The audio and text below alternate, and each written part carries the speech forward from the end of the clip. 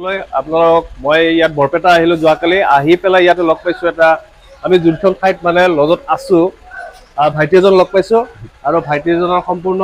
পৰিচয়টো লম লগতে তেওঁ এটা সুন্দৰ বাঁহী বজাই এটা শুনাই আছিলে সেই বাঁহীৰ অকণমান সুৰীয়া মাত আপোনালোকক বুলি শুনাম বুলি মই লৈছো প্ৰথমতে ভাইটিৰ নামটো নমস্কাৰ মোৰ নাম শ্ৰী ভৱেশ জৈশ্য ঘৰ ক'ত বুলি ক'লে তামোলপুৰত নহয় তোমাৰ পৰা কালি সন্ধিয়াৰ পৰা পাইছো মই দিনৰ সুন্দৰ মাত এতিয়া আপোনালোক এটা সুন্দৰ মানে কি গান ভাল পায় তো সেই বাঁহীৰ সুৰেৰে শুনাব আমাক মই মানে এনে বাঁহী ভালদৰে বজাব নাজানো তথাপিও এনে নিজে চৰ্চা কৰি আছো তথাপিও চাও যদি পাৰো সুন্দৰ সুন্দৰ তথাপি যিখিনি ভাল লাগিছে সেইটোৱে তুমি এপ্লাই কৰি দিয়া শুনিব পাৰিছো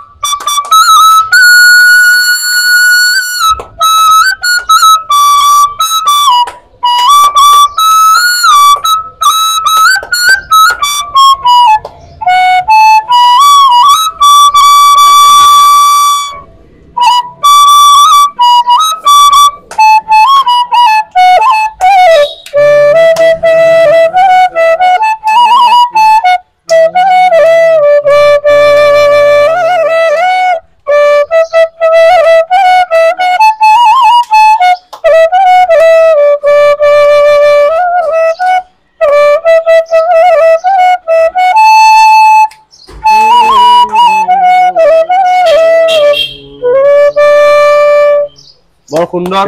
আৰু নামটো কি বৈশ্য বুলি ক'লা তুমি ভৱেশ জৈশ্য